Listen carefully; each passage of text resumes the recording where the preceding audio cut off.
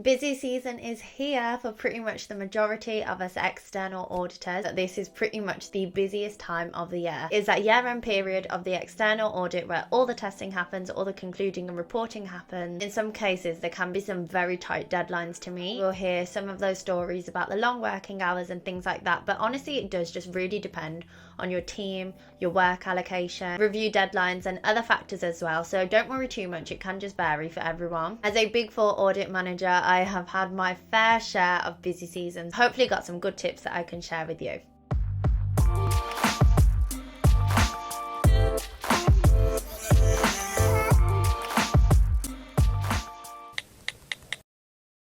This is one of your first busy seasons and you're completely new to accounting. I would really recommend, where you can, kind of brushing up on the very basics of accounting. It really helps if you actually understand the areas that you are potentially going to be testing. For example, is say the receivable balance, where you know that this should actually be a debit balance, but then if there are customers in net credit positions, then you have got some questions there on the classification. Knowing things like that should really help your confidence, especially when asking questions. If you haven't started studying yet, honestly, not to worry at all. I do have this Accounting for Beginners book available. You can get this on Amazon. The link is in the description below, but you can also really read it for free as an ebook. So it's there if you need it, but do check it out.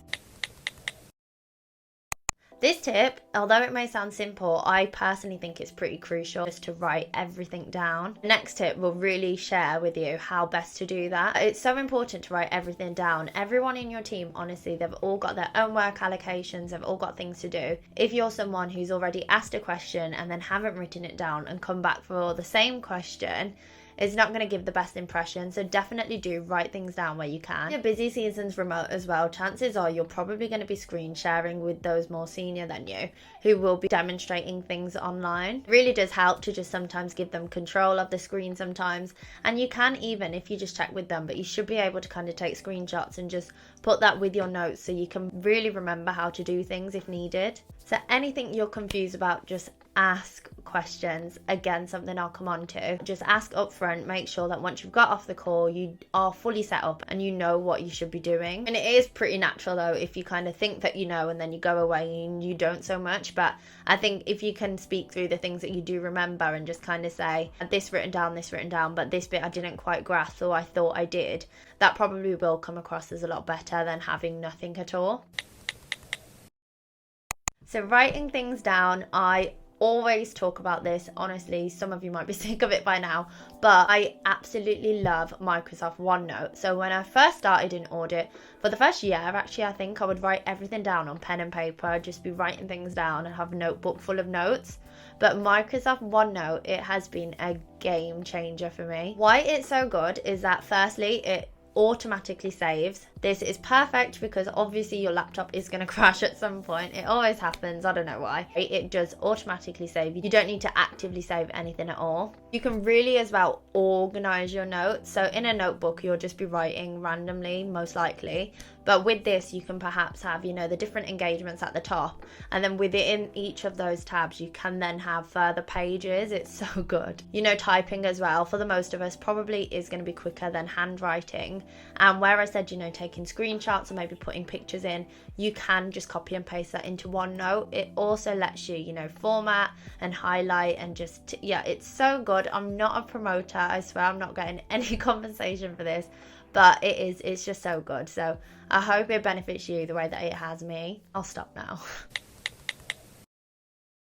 So in my first ever busy season, I do actually remember it fairly well actually. I wasn't always the most comfortable at asking questions. Okay, I would definitely still ask, but what I mean by that is because everybody else is quite busy and you don't want to keep interrupting and disturbing people.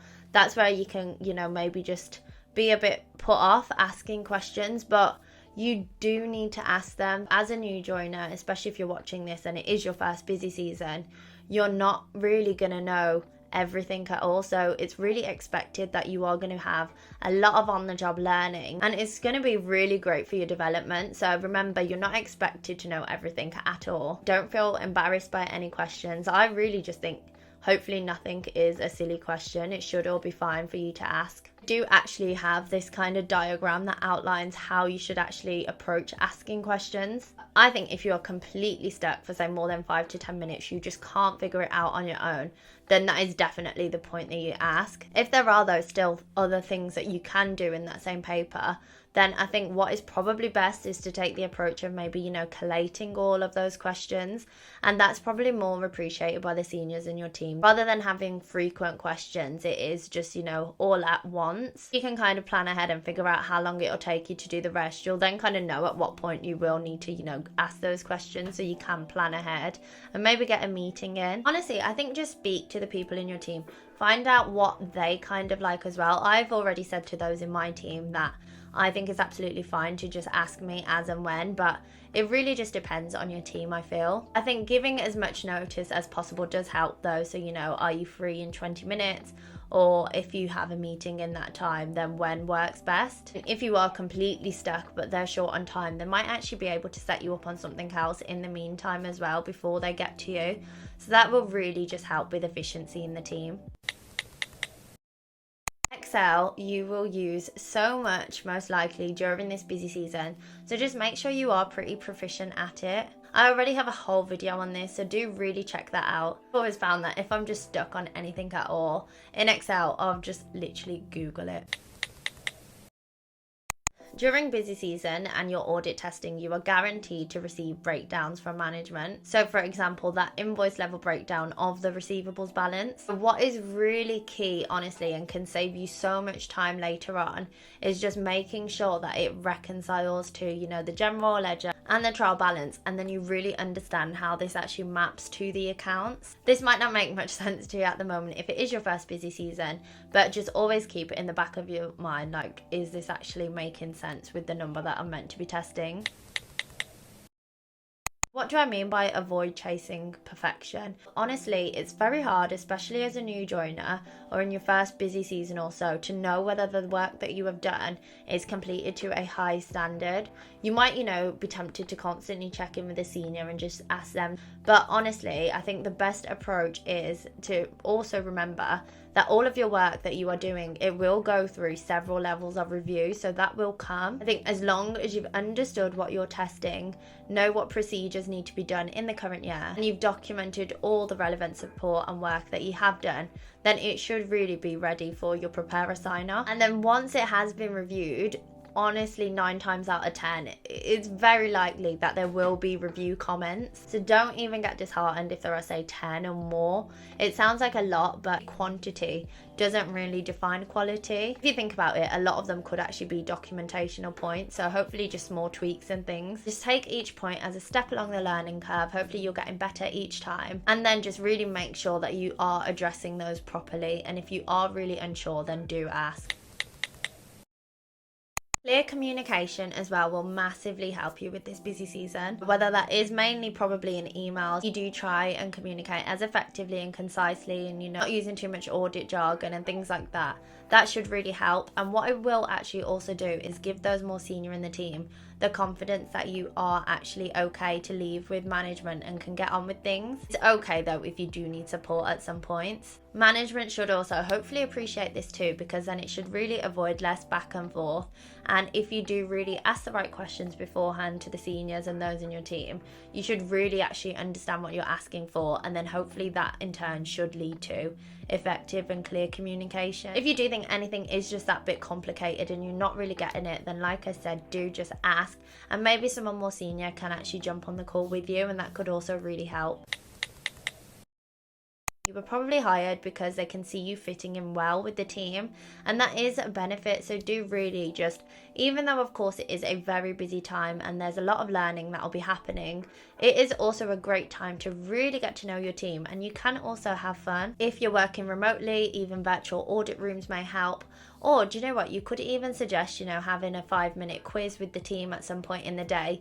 Things like that could be really nice for team morale. Your personality actually also helps you build rapport with management, and they'll actually maybe appreciate sometimes actually having a conversation with you and getting to know you as a person, rather than just strictly sticking and focusing on the audit work. It should actually hopefully then mean that the audit runs a bit smoother, and also, I think what is key is just always remember to just say please and thank you. Audit is our job, but actually management have their day job on top of the audit. So yeah, just keep that in mind.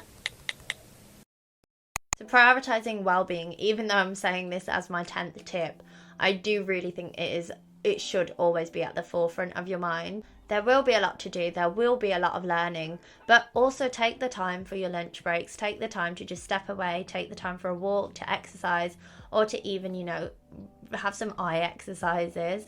I really needed that after my laser eye surgery, which was recovering during one of the busy seasons, which was tough. But sticking to a routine, meal prepping, if you go to the gym before work, that really works for me, and it kind of sets me up for my day, which is nice. My fitness plan for the year is actually in the description below if you do want to have a look at that. But also seen people as well actually use those treadmills when they're walking and working at the same time, and that is actually pretty cool. Then in terms of when you finish for the day, it will just kind of vary day to day, but I think just focus on your allocation and things. Of course, help the team where you can, but if you feel you are kind of done for the day, then do just speak to others in the team and let them know, and it should really be fine. Don't feel like because everybody else is still staying that you have to.